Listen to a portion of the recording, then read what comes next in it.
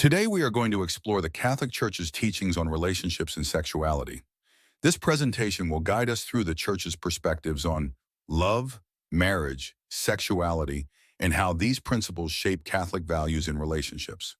By understanding these teachings, we can gain insights into how faith influences personal and moral decisions in the context of love and human connection.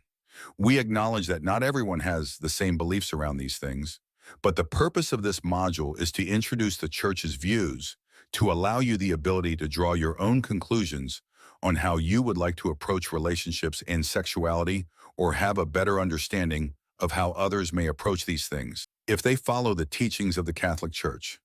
The Catholic Church acknowledges four types of love. Storge, or natural affection, refers to instinctual affection, such as love from a parent toward offspring, and vice versa. Eros means sexual desire, mostly sexual passion, intimate, passionate love, or romance. Philia is a natural human friendship. Brotherly love, normal friendship. Agape is considered the deepest love. Charity, the love God has for man and man for God. Unconditional love that transcends and persists regardless of circumstance.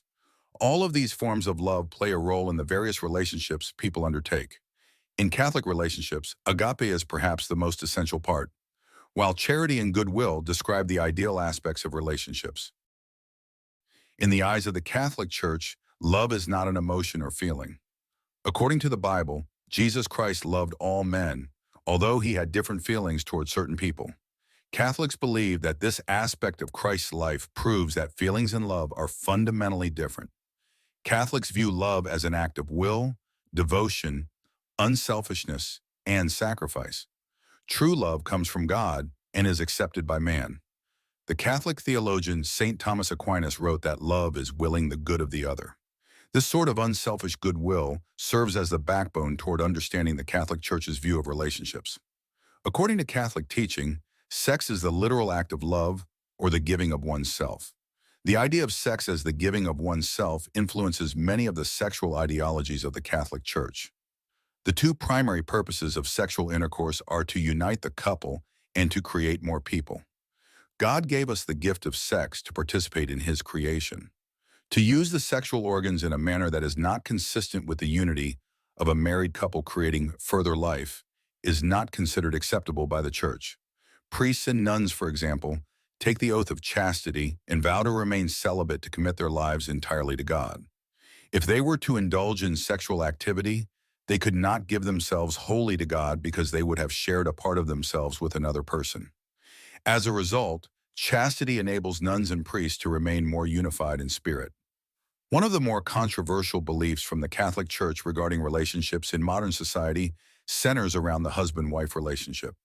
The traditional interpretation surrounding husband-wife relationships describes a natural hierarchy of authority flowing from Christ through the Church and even down into the family unit.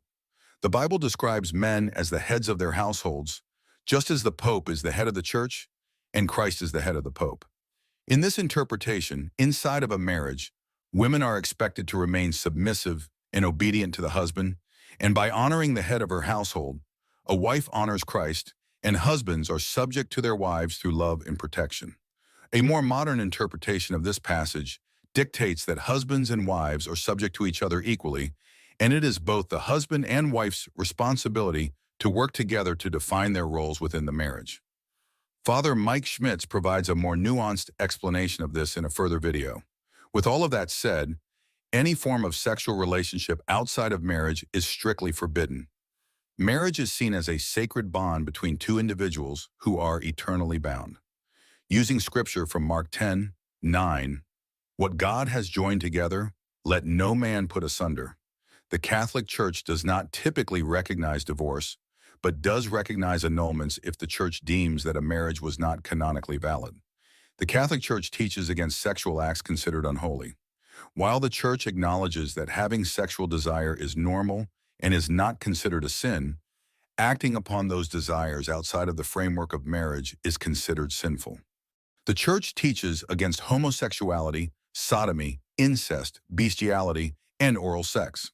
The Church also opposes contraceptives because it is believed that they inhibit lovers from giving themselves fully to their partner.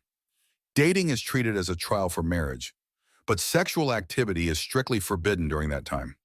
Pope Francis has moved toward a more liberal stance concerning homosexuality, stating that there should be legal protections for homosexual couples. But just as any sexual act outside of a heterosexual marriage is deemed sinful, any sexual act by homosexual couples is considered sinful, as the church views marriage as a union between a man and a woman. The church is opposed to cohabitation before marriage. One of the major reasons for this is that living together presents more opportunities for temptation and engaging in sexual activity before marriage. Additionally, living together without a commitment is seen as enjoying the benefits of marriage without the commitment. This approach objectifies the other person and encourages an attitude of non-commitment. There is nothing wrong with expressing affection toward a boyfriend or girlfriend. In the eyes of the church, kissing, holding hands, and hugging are all acceptable ways of showing affection. A rule of thumb: if something involves genital contact or feels sexual in nature, even something as simple as French kissing, it is not considered appropriate for a dating couple. We are all sinners, and God knows nobody is perfect. He gave us sexual desire to express love for our spouses and create new life. Having had sex before marriage does not make someone a bad Catholic. However, it is the church's stance that one must acknowledge that they did something wrong and then should confess their sins to a priest and make a commitment to do better in the future. For those of you who are not Catholic or don't subscribe to Catholic beliefs, think about what, if anything, may apply to you. Do you agree with any of the ideals that have been presented? Do you think you can take anything from this information to apply to your own life? Be sure to be thinking about these items when you complete your reflection.